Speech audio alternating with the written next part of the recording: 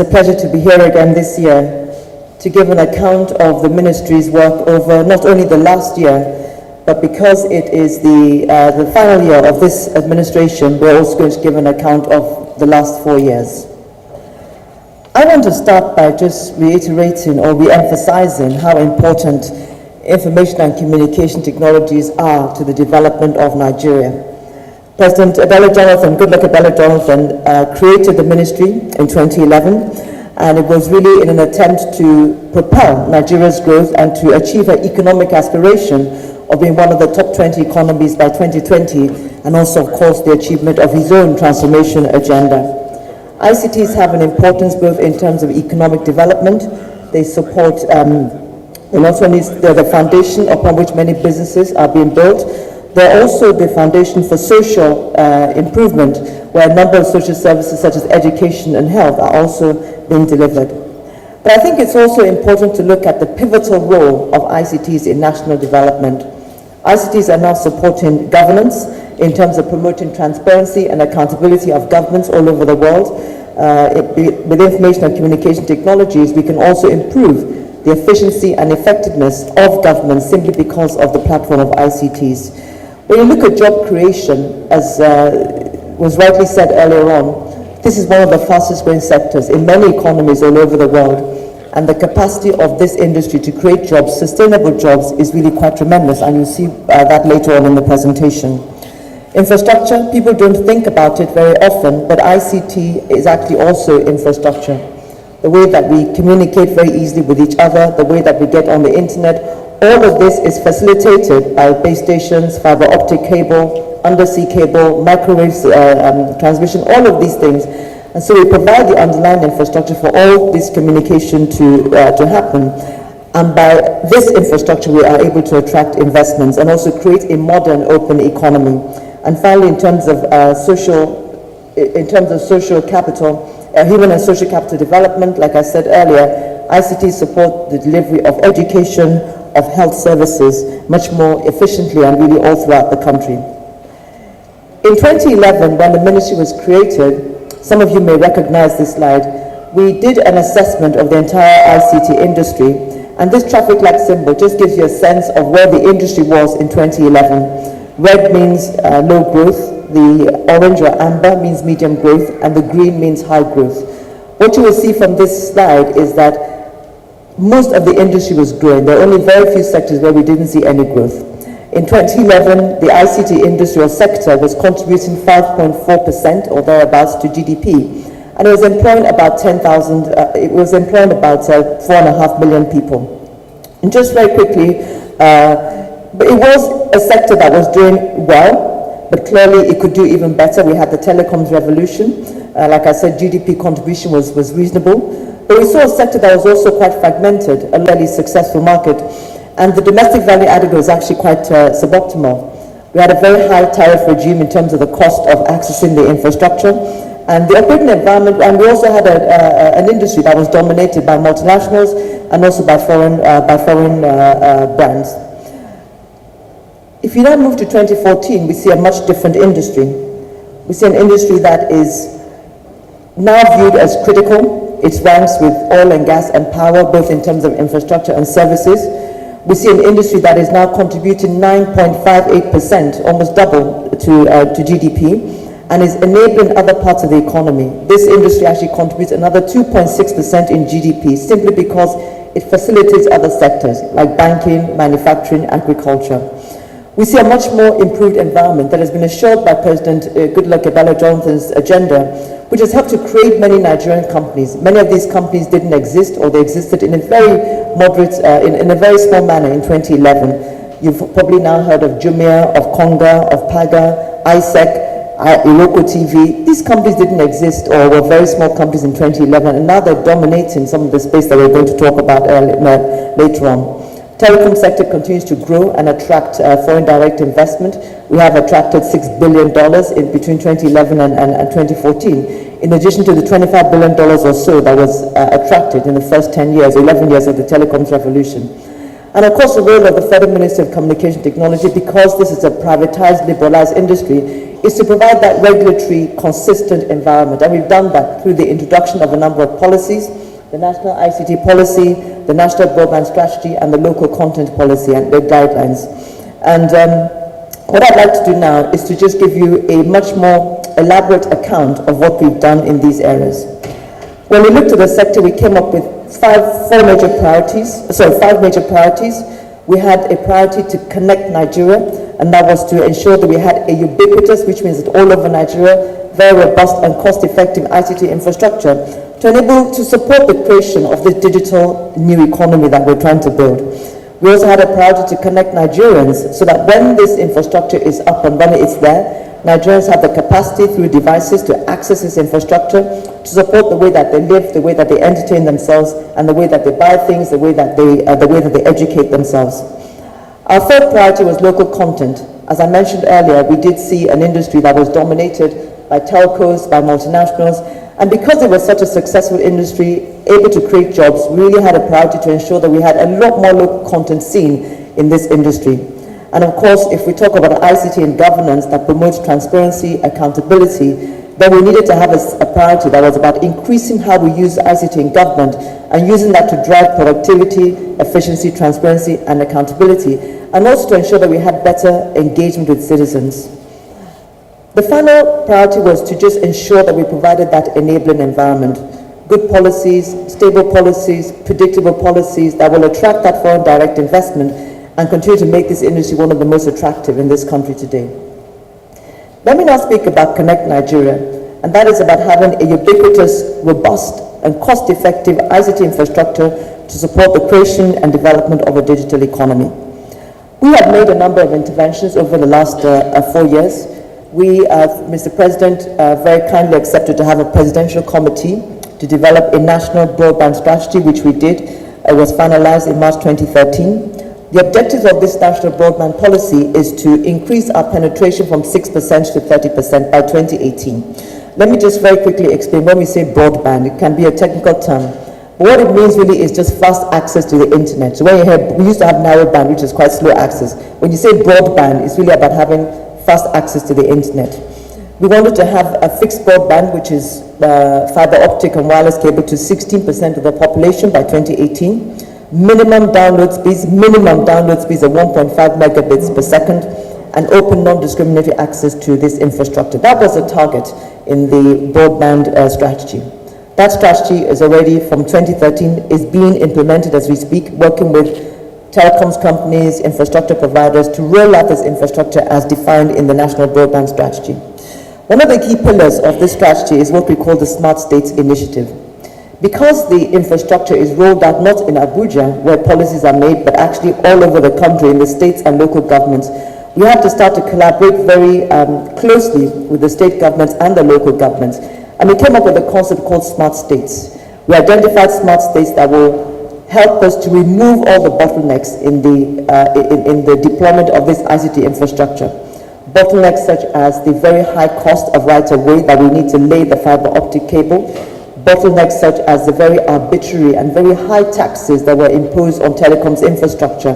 When you look at telecoms infrastructure, sometimes the taxes and the levies imposed by state governments are almost 10, 20, 30 times what is imposed on other kinds of infrastructure in the state. And we also were able to standardize the levies on this infrastructure by saying that if we dug once, or if we basically built something once, we would only pay once to one government agency instead of paying to a plethora of agencies as we did in the past. I'm happy to say that we have been able to sign MOUs with Bayelsa State, Cross River, Lagos, FCT, and Ondo states. We will sign the MOUs fairly shortly. What it means is that these states are now what we call smart states. The governors have reduced the cost of right-of-way by at least 50%. They have standardized the charges on this infrastructure, and they have also given us one agency to work with as we roll out this infrastructure. The good thing is that we're beginning to gain momentum. Anambra State, Delta State, Gombe State, and Osun State have agreed to become smart states. And we hope that really by 2015, every state in the Federation will be a smart state, and we can very quickly roll out this infrastructure that we need to develop the digital economy. The other interventions we talked about are the licenses of infracos. We have a good, what I'd call intercity, connecting cities by fiber.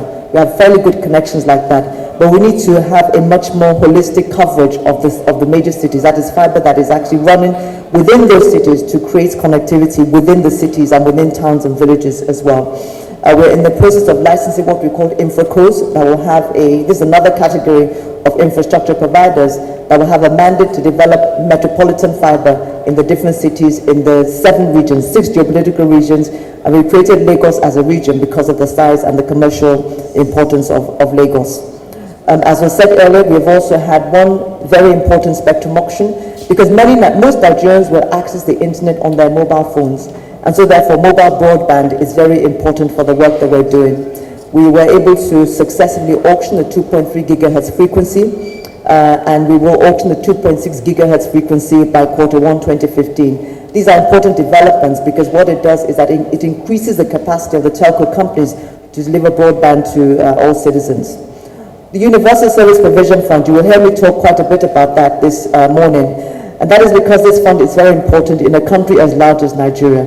Nigeria is quite unique with other countries. We have 1 million square kilometers in terms of geographical landmass, and the uniqueness of Nigeria is that we have people living almost everywhere in Nigeria. So we have at least 50% of our population lives in the rural areas and lives all over Nigeria. Many of these areas are seen by our network operators, the telecoms companies, as not being viable, and they're not economically or commercially viable. But through the Universal Service Provision Fund, we're able to use the annual operating levy that we collect from these telecoms operators to actually go to those areas and ensure that no matter where you live, no matter how much you earn, you will have connectivity to this very important infrastructure called the internet. So through the Universal Service Provision Fund, we are having subsidized access mechanisms, and I'll talk a bit about that later. We're also developing legislations because this infrastructure, as I said earlier, has become very critical. It's like an oil pipeline. It's like a power transmission cable. If you just imagine today, if all the networks in Nigeria went down and you couldn't make any calls, I think many of us would be completely lost. We wouldn't even know what to do. So we developed legislation, first of all, the Critical National Infrastructure Bill, which is making its way to the National Assembly right now, to protect this infrastructure so that nobody can tamper with this infrastructure, either advertently or inadvertently. And there's a consequence for tampering with the infrastructure, such as those that are applicable to power lines and also to oil pipelines. We've also the cybercrime bill is making its way through the National Assembly because we are promoting the use of the internet. We're promoting Nigerians to be digital citizens. We need to ensure that they're protected and they're safe as they go online. And that's the whole point of the cybercrime bill. We want to ensure that people are confident to go online, knowing that their financial transactions are safe. The data that they keep online is also safe and kept private. And that's the whole point of the cybercrime bill. Let me talk a little bit about the physical infrastructure that we're building. The submarine cable, just to explain, that is the cable or the infrastructure that brings the internet from offshore, from Europe, and brings it to Nigeria's shores. In 2011, we had just prior to about 2002, we had only one cable coming to Nigeria. That was SAT3 from NITOM. In 2011, 2012, we had 2 other cables landing from Europe, Main 1 and Glow 1. So we moved from a capacity of about 4.8 terabytes in 2011. We're now down to about 11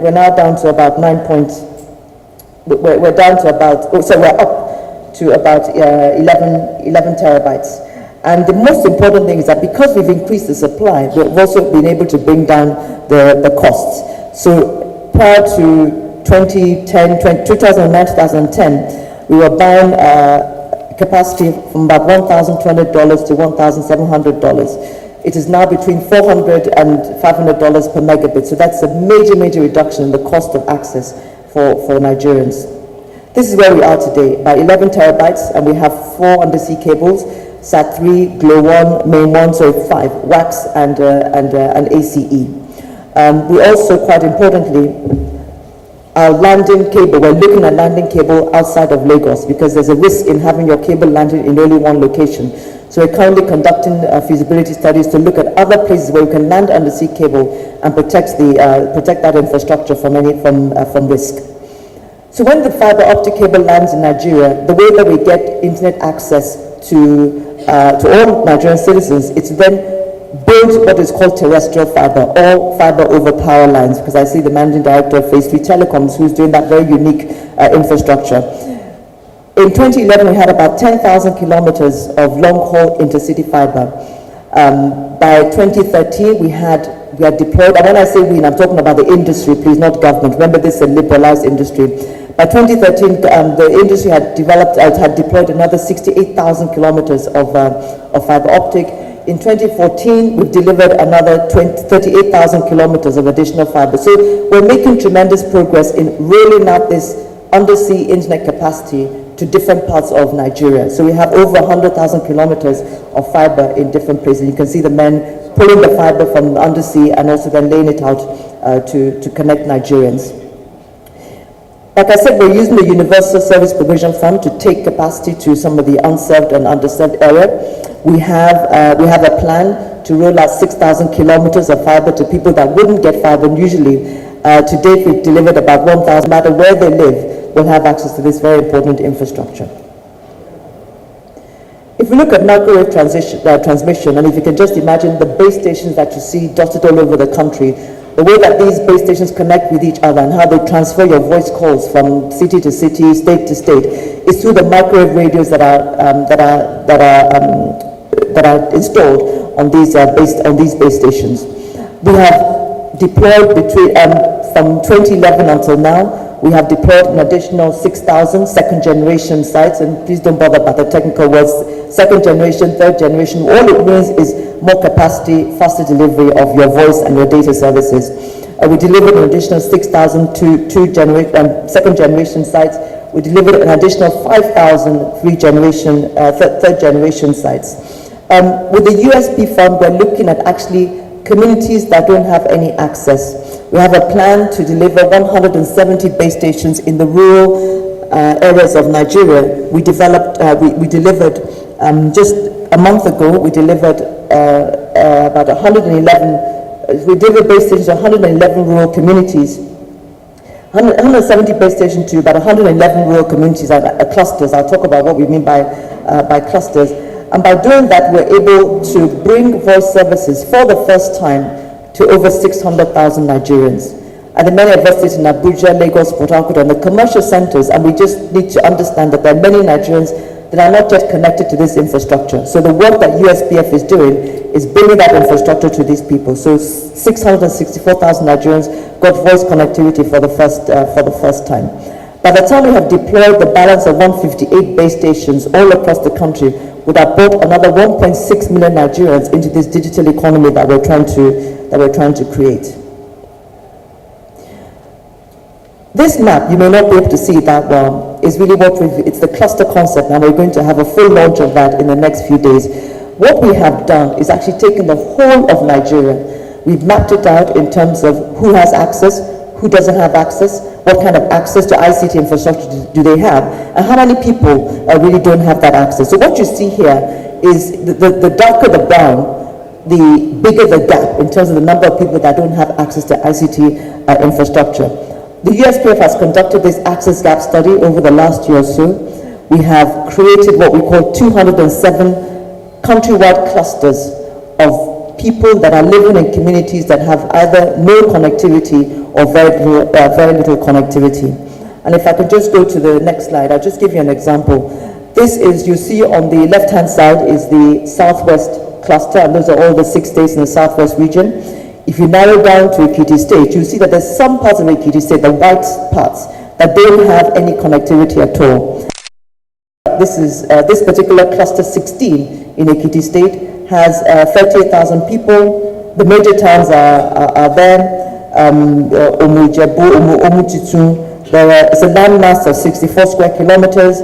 The economic activity is going on in there, which means that they do need access to this infrastructure.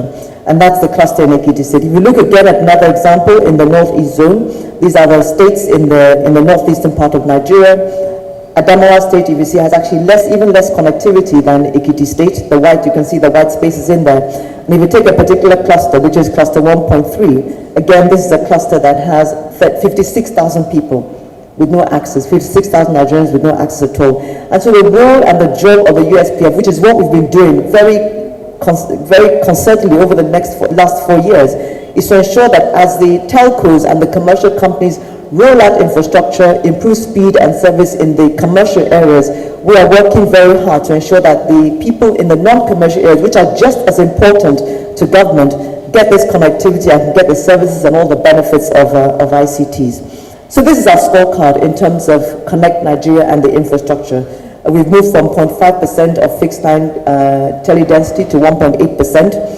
Our mobile subscription density is now up to 96% from 68.5. We have almost double the number of Nigerians that have access to the internet, and we've also done quite reasonably well. I think when the USPF sites keep getting delivered, you see a much better trend in the access of the rural population to the internet. We've brought down the cost of broadband from the 93,000 naira. This is cost per 3 gigabits package in a year, 93,000 naira to about 55,000 naira, and the penetration has moved from 6% when the broadband plan was approved and we've begun implementation to 8% now. So again, we're going to see the momentum increasing, and where we are right now, we are very strongly and well positioned to achieve our 30% target by 2017. I think it's important to also talk about NIGCOMSAT, which is a government-owned company that owns the satellite NIGCOMSAT 1R that is providing complementary infrastructure to what the telcos are doing. NIGCOMSAT is government-owned, but it is commercially run. It complements our fiber and terrestrial network in Nigeria. It has a total of 40 transponders. Again, this is just very technical terms that really just talks about the capacity of the satellite to provide broadband and communication services. So it's quite a large satellite and covers several of the bands, KU, KA, C-band, which means it's also a very versatile satellite with a footprint across most of sub-Saharan Africa, Europe, and Asia as well. NIGCOMSAT is working very closely with the other agencies, NITSDA, the USPF, to provide internet access to some of the rural IT centers that we've built, and I'll talk a little bit about that later. But very importantly, NIGCOMSAT is also a key commercial partner. As we move from analog to digital broadcasting, the NIGCOMSAT platform is going to be a very important way to deliver content used via the signal distributor to all Nigerian homes. I think it's also quite important to mention the fact that NIGCOMSAT is being run as a commercial entity. Just to remind you that the Stephen Orson report had recommended that federal government privatizes NIGCOMSAT, and we have accepted that recommendation, and NIGCOMSAT is now on a path to privatization. I just wanted to show you here the kind of revenues that we're seeing from NIGCOMSAT. In 2012, 3.6 million naira, and that was really at the beginning of the launch of the satellite. In 2013, we improved to 263 million naira, and in 2014, we're now on 648 million naira. We expect that to begin to continue to increase. And what this means is that the likelihood of a successful privatization is much higher now, because we have proven that NIGCOMSAT can generate revenue, it can be a successful commercial entity, and we can now begin to attract investments for the privatization, for eventual privatization of NIGCOMSAT over the next few years. Let me move on to the next priority, which is about connecting Nigerians. Remember, the first priority was Connect Nigeria. This is about connecting Nigerians, ensuring that when we have this, as we build this infrastructure, Nigerians can buy devices, mobile phones, tablets, computers, and they can use these devices to access the internet and get all the benefits that the internet provides. What do connected Nigerians do? Connected Nigerians use this infrastructure to enhance economic activity. They use this infrastructure to improve the delivery of social outcomes like health and education. They use this infrastructure to basically educate themselves, but also to entertain themselves. And let me just give you some examples of what we're seeing connected Nigerians do, and you begin to get a sense of how important building this infrastructure is for this country. Connected Nigerians, when we talk about the Ebola epidemic, can I have the next slide, please? When we talk about the Ebola epidemic, information and communication technologies were instrumental in helping us to stop this epidemic the way that Nigeria very successfully did. Being able to track contacts, being able to gather all this information and make sense out of it, sending messages to 100 million Nigerians about washing your hands and the hygiene requirements to stop Ebola. All of these things really helped us in stopping this epidemic and ensuring that it didn't get beyond the fatalities that we had, unfortunately. And this ICTs is very important to this. We also use Facebook, to connect with each other, to share information. I think that we have the largest community of Facebook users in the whole of sub-Saharan, I think it's actually the whole of Africa. And in this particular time that we're in right now, where we're talking about campaigning and elections, I don't think there's any self-respecting politician today that doesn't have a Facebook page. And I'm glad to say that it was President Jonathan that actually started this movement of getting politicians to connect with citizens using ICT infrastructure, Facebook. And so we connect with each other. We create new businesses. You'll see some of the logos that I'll talk about them, Idea, LoadPad. These are hubs that are creating exciting new Nigerian businesses. We use infrastructure to switch transactions. Every time you go to an ATM to take money out, this company is the one that switches your transactions between your bank and the ATM if it's not the bank, if it's not the ATM or the bank that you're using. So, and this InterSwitch company is one of the fastest growing companies in the whole of Africa, not just Nigeria. So this is what Nigerians do. So you're seeing that information and communication technologies are becoming an inherent part of the way that we do business, the way that we entertain ourselves, our lifestyles. And so slowly but surely, we're becoming a digital economy, one that is more competitive, one that can take its place in a global economy because we're using ICTs much more effectively now. What have been our own interventions in this particular area? One thing we did when the ministry was created, we looked around and we thought, who would benefit the most from this infrastructure or this connectivity that really isn't benefiting today? And I think Nigerian students, we decided that Nigerian students would be the ones that would benefit the most. Students that don't have access to this very powerful tool of the internet to get information from anywhere in the world, whether it is journals or research or even connecting with other universities, I think we're doing them a great disadvantage. And so we started to intervene in this area. We collaborated with the Ministry of Education and the World Bank to deploy fiber optic to 17 universities. Today we have 1.4 million students in 27 federal universities that are now connected to a national research and education network. And what it means is that they can collaborate with each other, they can do joint research projects, they can share information, not only with themselves, but with the rest of the world, because we're moving into connecting the National Research and Education Network to the Western Central African Research and Education Network, WACREM, and of course to the global REN community. And what it means is that Nigerian students will now be part of a global community of educators and learners. The second phase, we will be able to impact 3.4 million students in polytechnics as we bring them onto this national infrastructure. We're also focused on secondary schools. Our school knowledge centers is the means by which, again, using our universal service provision funds, we look at public schools that are in some of the rural areas who really don't have any access to this infrastructure. And what we do in these public schools is that we put in place a computer lab for them, about 50 to 100 computers. We put internet capacity, and they're able to use this labs not only to complement their education in the traditional subjects, but to also even do research and projects. As we speak today, there are 1,552 secondary schools that have benefited from the schools knowledge centers, and that means that about 1.4 million students that have access to the internet who wouldn't, if not familiar with this project, until we're able to really bring the internet to every single school in Nigeria. Also, thank you. The National IT Development Agency, which is really one of the main agencies of the ministry to propagate the utilization of ICTs, is doing quite a lot in ensuring that Nigerian students have access to this infrastructure. And also the Tertiary Institutions Access Project, the IT centers in tertiary institutions, they have done about 271 so far. 6 federal universities have also benefited from this infrastructure, and they're the ones that are listed there. Public access venues. So we're not only putting these labs or these computers and internet access in schools, we're also looking at the large Nigerian community, where there are people that really cannot afford to buy a PC or a smartphone, but who would also benefit from having access to the internet as we deliver more and more government services on this infrastructure. NISTA has helped in building what we call the rural IT centers. There are about 395 centers all across the country. We couldn't show you on a map. All across the country, 395 rural IT centers. Basically, a bank of computers, access to the internet, and a couple of people in there helping people through and teaching them on how to use the internet. We have impacted, we have the potential to impact about 2 million Nigerians with this infrastructure that we've built.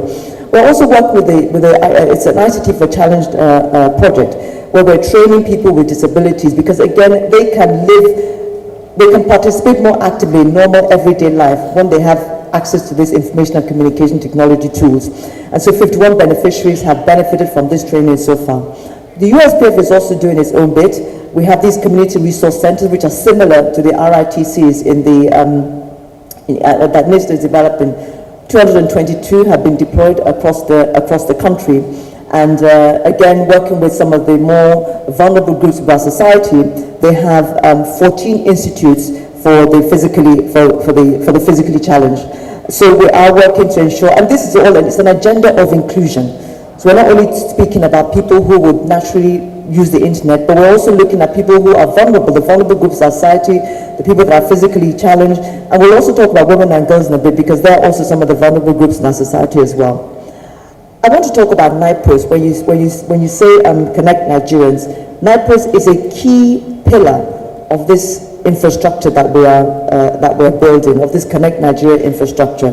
I know that when I talk about NIPOS, people always say, does NIPOS still exist? Well, NIPOS does still exist. And they are still superintending the postal sector, which includes, of course, the courier sector as well. It may surprise you to know that we are delivering, the industry delivers about 127 million letters, packages every year. And this is increasing. If you look at the slide, I don't know if you can read it, but in 2011 it was 21 million, 2012 48 million, 2013 89 million, and 2014 127 million. This is being fueled by the e-commerce phenomenon that we're seeing today. Because when we buy goods and services online, they've got to be delivered. And NIPOS really does play, not only NIPOS, but the courier industry, the DHLs, the EMS Speed Post, and all of that. They play a very important role in delivering these goods that are purchased online to a physical address where the purchaser can receive them. When we're talking about the postal sector and the fact that it's a key part of this transition to a digital economy, unless we look at NIPOS, because NIPOS is the regulator, it's also an operator of this postal sector, we need to look at NIPOS reform. Because yes, NIPOS is an old institution, but we need to ensure that NIPOS is well positioned to take advantage of all that is going on in this infrastructure right now. Just to give you a few examples of the kind of thing we're doing, the top is the old NIPOS, and this is a post office in the rural area. The bottom is the new NIPOS, and I hope you will notice the satellite dish that is very close to the NIPOS, which means that they're connected. And so NIPOS has the largest retail infrastructure in the country today, bigger than any bank, any petrol station that you can think of.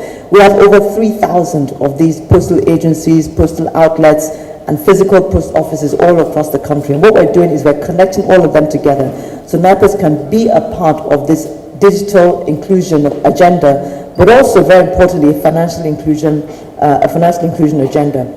The postal bill, which is currently again making its way to the National Assembly, will help us to reposition NIPOS and really separate the role of the regulator from the operator, so that NIPOS can very effectively compete with all the other courier operators. But we also ensure that we have a sound, robust regulatory environment through the regulator that will be created when this postal bill finally goes through, when it goes to the National Assembly.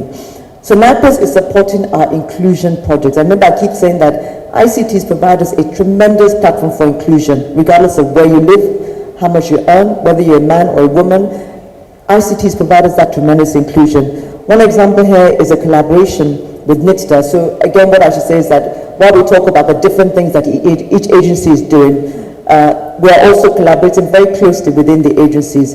NITDA and NIPOS have collaborated to support our digital inclusion agenda by putting a computer lab physically in a post office, because there's no point going to build another physical infrastructure. We have 3,000 of these things all across the country. So we launched an IT center in 2014 through a collaboration, this was in Song community in Adamawa State, and you can see some of the citizens of Song actually benefiting from that infrastructure. Financial inclusion is very important. As you know, just about 25 million Nigerians have bank accounts, and one of the major reasons is that the distance of a branch to a citizen is actually quite far. But more citizens the distance of a post office to citizens is much closer than the distance of a bank branch to a post office. And also, why even talk about physical branches at all when we have our mobile phones, which can actually be it can be a wallet, for instance, and that's what we're seeing that's happening right now. So NIPOS has been included. We're working with NIPOS. NIPOS is actually working to become part of the financial inclusion agenda of the Central Bank of Nigeria, using the NIPOS infrastructure to ensure that many more Nigerians are included financially. They have bank accounts, and once they have bank accounts, they have a track record of financial transactions. They can now begin to look at borrowing money. They can have insurance using their mobile phone. So this is what NIPOS is doing. So when you think about NIPOS, it's not just about the letter or package delivery capacity. NIPOS is really much more strategic and important in the new agenda for ICTs, because it's really helping us to ensure that we access or we get connected to the bigger rural community that we need to serve. We've also finalized the national addressing policy. This is a very important piece of social infrastructure. We need to not only know who we are, we need to know where we live. And so the national addressing policy has been approved by the Federal Executive Council. It has been supported in terms of implementation by the National Executive Council that consists of the governors. And we're now close to implementing, so that when we implement this policy, what it means is that every dwelling place and every commercial building in Nigeria will have a unique address. And you can imagine how important that is in terms of social infrastructure and really begin to ensure that all Nigerians are included in whatever we're doing. Our third priority is about innovation, entrepreneurship, job creation, and what we called, in a broad manner, this local content. Because when you talk about local content, what we're looking at is to increase the capacity of our young people, our local industries, to participate in what is actually a very exciting, fast-growing, lucrative industry. And innovation really has become a very strong catalytic force to help us deliver sustainable jobs. We've seen it in many other countries, in India, in the US, in Israel. These are countries that have used innovation to drive their economies, and that's what we're trying to do right now. We're putting in place what I'd call a fledgling ecosystem of innovation. But the results that we've seen over the last 4 years have just been tremendous, and I'll give you some examples of that. The reason why we focus on innovation is because when you look at our youth demographics, we have a very high youth population. We're the most populous nation in Africa. And if when you take that, we have a very high youth population who we need to ensure that we engage in terms of jobs, job creation, innovation, entrepreneurship, to ensure that we use this youth bulge to drive national development and not really look at the negative aspects of the youth bulge. So there's a huge opportunity to turn this youth workforce, this youth population, who are really very comfortable, like we call them digital natives. They're very comfortable with the notion of ICTs and using ICTs to do almost everything, regardless of where they live. You'll be absolutely surprised. And we're using that to really drive this innovation and entrepreneurship. A number of things that we have done, you see the logo there, IDEA, which is the IT Developers Entrepreneurship Accelerator. This was an innovation hub that has been supported by government. We've catalyzed it. So we've built 2 innovation hubs, one in Calabar and one in Lagos. We put in all the infrastructure, all the equipment. We paid for the broadband to be in there. And we then turn this over to young Nigerians to run. And we're seeing some tremendous benefits coming out, tremendous results coming out of this. We've created about 200 direct and indirect jobs in the 18 months or so that these hubs have been in place. 8 startups, and when you hear tech startups, think about any of these companies. Alibaba, which is probably one of the most valuable companies in the world, was probably 5-6 years ago a tech startup. Oracle, Microsoft, Google, at some point in the past, probably less than 10 years. These are the most highly valued companies in the world today, and they were 10, 12 years ago, or even less. They were actually tech startups. So that's the vision that we have as we do all the work that we're doing. We've 8 startups have actually gone through the program in our accelerator hub. ISEC, a company that is less than 5 years old, has actually signed a turnkey deal with NIPS. NIPS is the interbank settlement system, a turnkey deal to have the software that they developed on financial authentication utilized on the NIPS platform to be used by all the banks in the country. And when you see the young men that actually developed this software, you'll be just amazed at what is possible. Africania Computers, they came up with a solution, EPOM solution, to really support the delivery of the sale of petrol or PMS in petrol stations across the country. They've raised $40,000 to complete their backup solution. Client Devote, they've negotiated an $800,000 investment. These Nigerians are under 30 years old as I speak to you today. So just being incubated, being supported in taking their ideas from an idea into a commercially viable entity is what these accelerator hubs that we have put in place are doing. We are incubating about 70 tech startups, and we have the potential through these 70 startups and more to generate at least 10,000 direct and indirect jobs across the country. These are just some logos of some of the companies that we're working with in the idea hubs. And while there is a high failure rate in this innovation industry, we need to just make sure that we are having a very healthy pipeline, hundreds of companies going through these hubs, not only the government-inspired hub, but there are a number of other hubs across the country, Venia hubs, 440NG, Co-Creation Hub. There is a good ecosystem of innovation hubs that are being built, particularly for the ICT sector, for software development, and really what is happening is phenomenal in terms of the growth that we are seeing. So we've supported, let me talk about Demo Africa. The way that a number of these tech startups raise their money is that they get a chance to make what is called an elevator speech. You have, just imagine you're in an elevator with a CEO, somebody that you have is from when you get to the ground floor to when you hit the 20th floor, maybe 3-4 minutes. And you've got to make a pitch to these investors so that they'll be interested enough to actually give you some seed money to continue to develop your company. Demo Africa in Africa today is the largest coming together of innovators, software entrepreneurs, and the investor community. This was something that was started in, Demo Africa is a Silicon Valley brand. Demo is a Silicon Valley brand. They had their maiden event in Africa, in Nairobi, Kenya.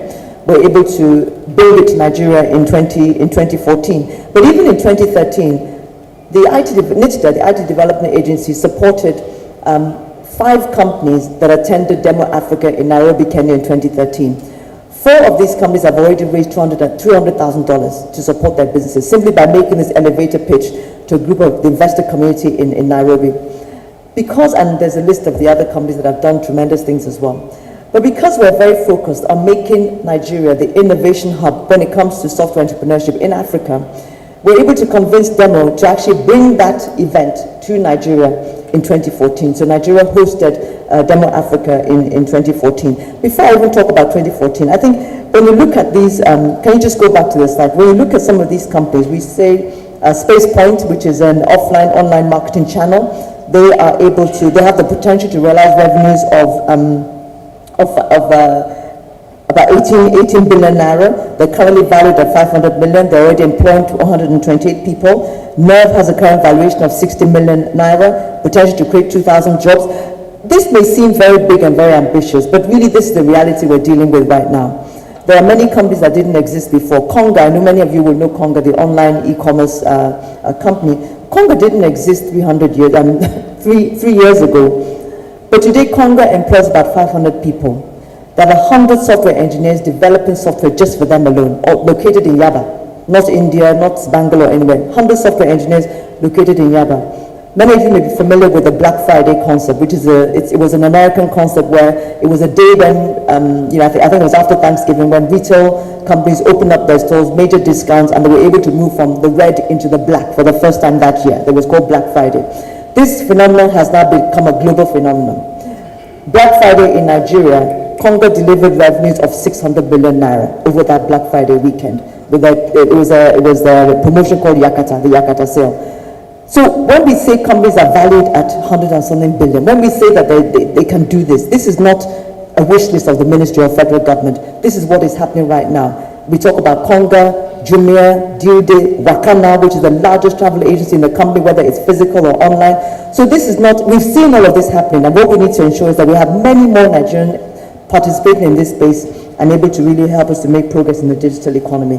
Let me go back to Demo Africa. In 2014, Nigeria was able to get the hosting rights for Demo Africa.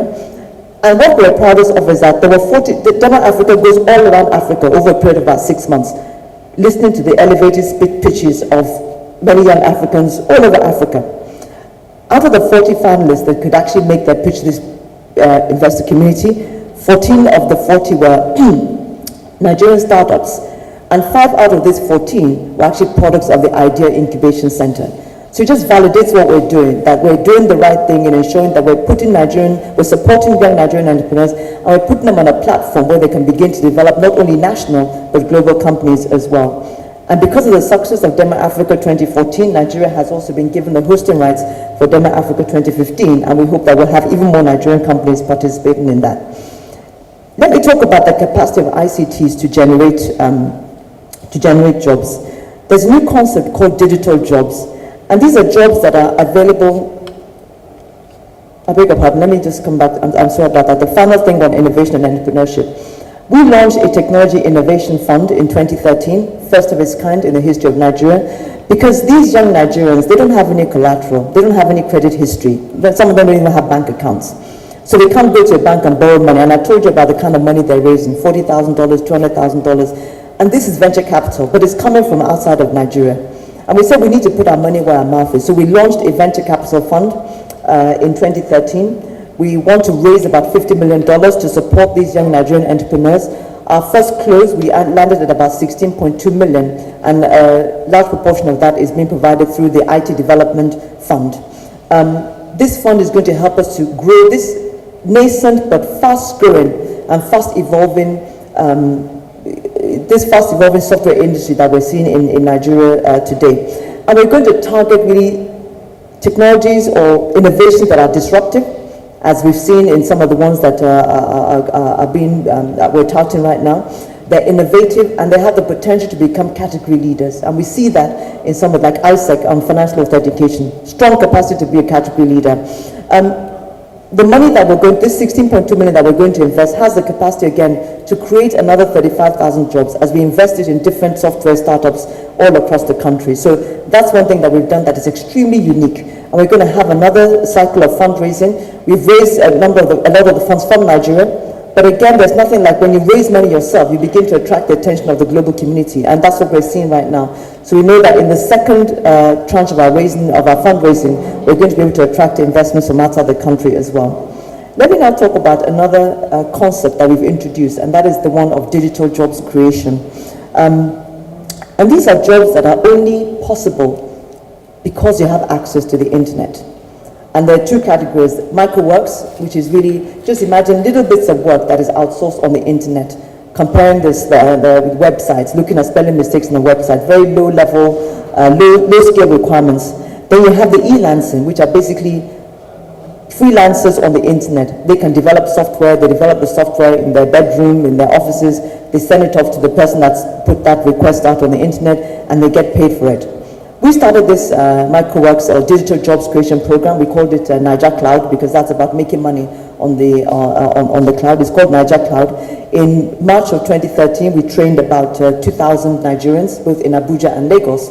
We trained them on how to get onto these platforms to begin to earn money. And by the time, within 2 months of this training, we pulled some statistics from some of the large companies that are actually putting out this work on the internet. And we had 21,000 registered freelance in Nigeria.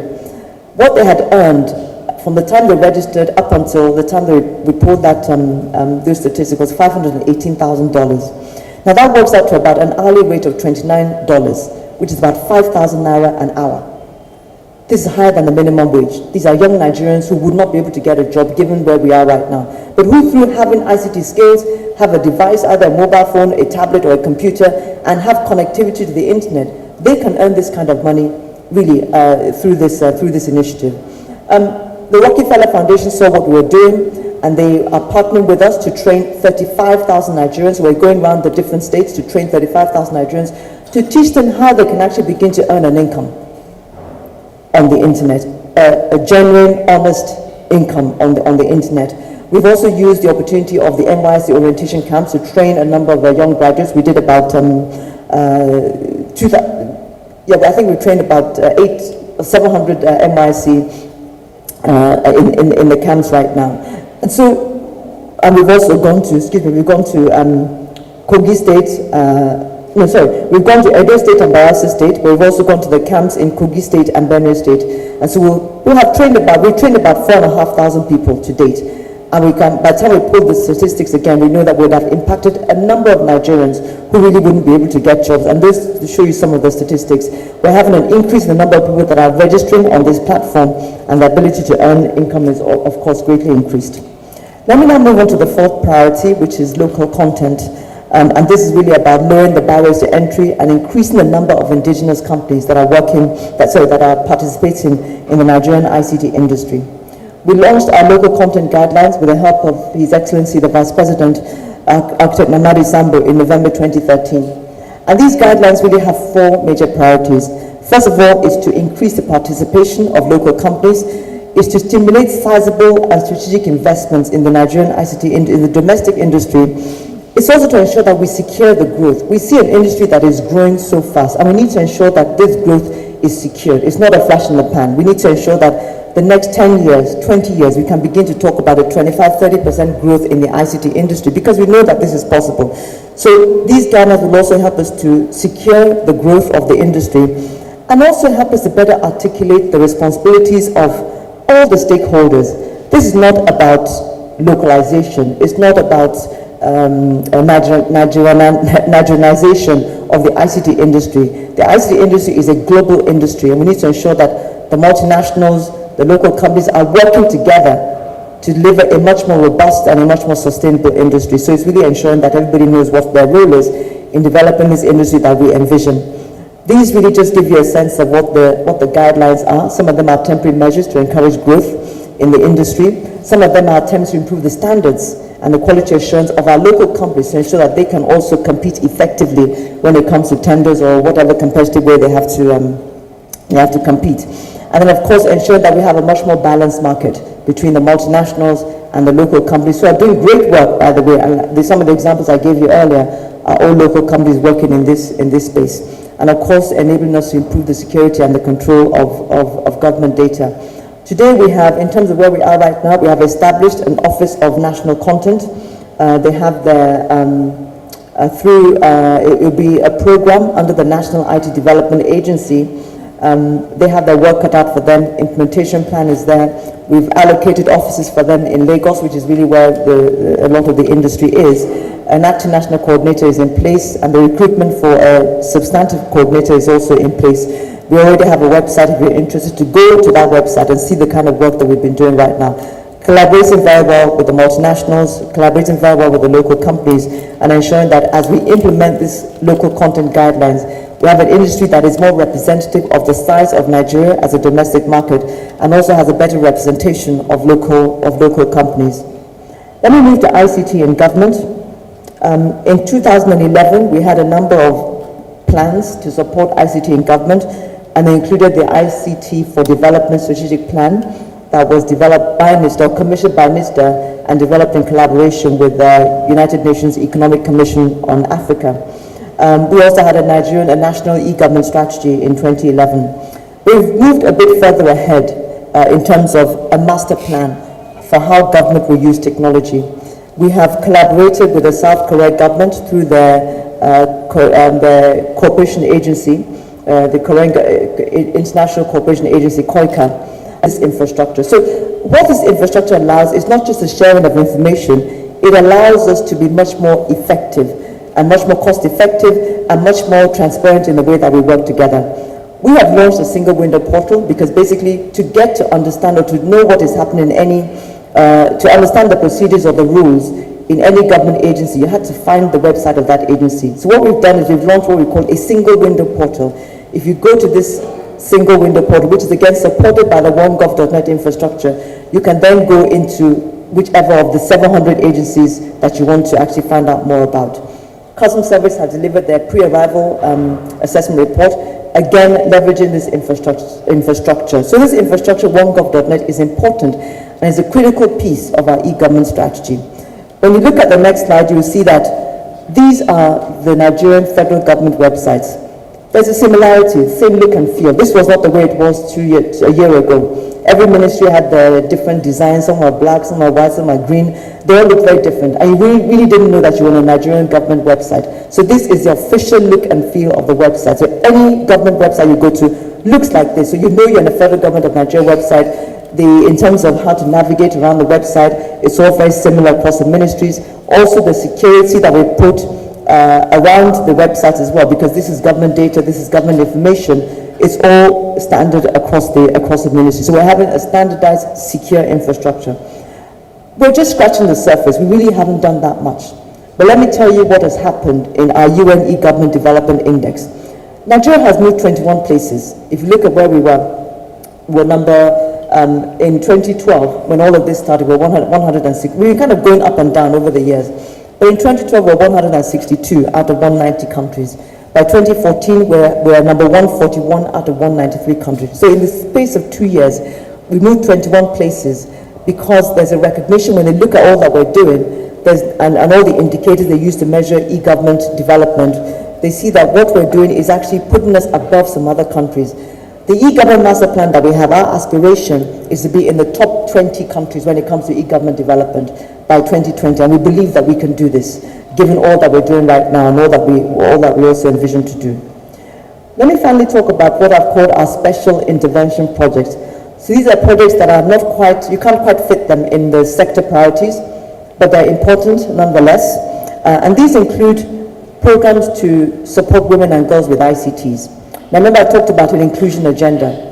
And what happens in development in many countries, not just Nigerians, is that some of the more vulnerable groups of our society tend to be left out of development. And unfortunately, this covers women and girls. It covers some of our physically challenged, mentally challenged people as well. But President Jonathan has had a very important focus on women and girls. And Nigeria has a very unique program, which is GWIN, Girls and Women in Nigeria, which is a unique gender-based budgeting program. So those of us that are partnering with the Ministry of Foreign Affairs and the Ministry of, the Ministry of Women Affairs and Social Development and the Ministry of Finance are given additional money in our budget if we will use this money to support the development or the inclusion of women and girls in the development agenda. Now there's one fact that we found that is actually quite sobering, and that is that as we move into this digital economy that we're trying to build, making Nigeria more competitive, the statistics are that women and girls are less likely to go online than men. So if we're powering forward with the digital economy and we don't ensure that we deliberately bring women and girls along, we'll end up with an agenda that is not inclusive. So we in the ministry have decided we've come up with 3 flagship programs. These are the Digital Girls Clubs, the 1,000 Girls, and also the Smart Women. Our Digital Girls Clubs are really to begin to interest our young women in a career, in ICTs, or even just an interest in going online and seeing what is possible. So we worked with a number of non-governmental organizations. We developed a curriculum for digital girls. We launched it in 12 federal government colleges across the country. About 1,850 girls have benefited from this pilot. And we are in a position now to, we're actually just fine-tuning the pilot. We can then launch it to all the federal government girls' colleges or any school that wants to ensure that girls are interested and participating in this digital economy. With the Smart Women Network, we hope that we want to be the largest network of connected Nigerian women. Women need information on careers, on health, on education, on parenting. I know men need the information too, but women need it more than men. But so what we're doing is we're using the mobile phone. Almost every Nigerian within the space of a few years will have a mobile phone. We're using the mobile phone to support women, mentoring, parenting, careers, and not just business women or career women. We're using this infrastructure to also send messages through SMS to the rural women whose information requirements are very different from those of us that live in the city. So our vision is to have the largest network of connected women in the world, because Nigeria is a very big country. We're going to launch this platform in 2015. And very importantly, the software that is enabling this platform was developed by 3 young Nigerians. And when we launch the platform, you will see it is world class. And this is the kind of thing that we're trying to encourage. Our 1,000 Girls is in collaboration with one of the major telcos in Nigeria, Huawei Technologies. And what we've done is we've taken 1,000 girls, school sub-leaders, and some of them university graduates. We've put them through 3 days of training in the Huawei training centers, again to ignite their interest in ICTs and to enable them to participate in this fast-growing sector that we see today. Out of the 1,000, we selected 200 of them, and the 200 will go on to become certified data administrators, and all of them will be employed either by Huawei or by Huawei's partners. Now you say, what happens to the balance of 800? The training that we've given them actually gives them more skills. They can actually, the chance of getting a job in an IT-enabled environment is higher because they just are able to be more comfortable with technologies. The next slide just shows you some of the things. This is the Digital Girls Club curriculum. You see some of the, is about computer assembly. You see some of the girls basically just taking a computer apart and building it up again, just again to ignite their interest. That's a snapshot of the Huawei 1000 Girls training that was held both in Lagos and in Abuja for girls. We brought them into those particular training centers, gave them a stipend, housed them and accommodated them for 10 days. Now, again, interestingly, what we are doing in Nigeria attracts global attention. And just in October 2014, at the International Telecoms Union Plenipotentiary, Nigeria was a proud recipient of a GemTech award. GemTech is basically gender empowerment with technology. This is a global, it's a global award. There were 360 nominations from 74 countries all over the world. And we emerged the winner in the 7th category of ICTs and broadband strategies, policies, and frameworks that promote women's digital empowerment. Again, this is just a validation of what we're doing. If we're doing these things quietly in Nigeria and we're getting the attention of the world, it means that we're on the right track when it comes to building the digital economy. So that's me there receiving the award on behalf of Nigeria very proudly from the Secretary General-elect. And there were a number of other companies that received other awards. But we're in very good company. UNESCO, some very, very credible organizations also received this award, which made us even prouder that we've been competing with these kind of people. So what we're doing is validated. So a lot of work has been done, but you know, this is a new ministry. We applaud President Jonathan's decision to focus on ICTs because he saw the importance of this particular sector for the development of the Nigerian economy and to support his own personal transformation agenda for this country. And can you go back, please? This is a very important decision. So our intention as a Ministry of Communication Technology beyond 2015 is to continue to provide this predictable and stable environment that supports the growth of this industry. We will continue to collaborate with the key stakeholders, the network operators, the ICT companies, and different regulators to ensure that we have this predictable, consistent environment, because that is what attracts the investments, that is what attracts the attention. We'll also continue to develop fresh guidelines, policy documents that people can really understand, and we develop them in collaboration with the industry to ensure that we just continue to take this industry forward. As you know, the industry is a very fast-moving industry. Technologies change almost in days, in weeks, in months, and we need to be abreast of all that is happening in the industry. So while we have an ICT policy, a broadband policy, we're not resting on our oars. We're looking at them literally every single month and saying, what do we need to do? The local content guidelines, we're reviewing them as we speak today because things have moved on since they were launched in November 2013.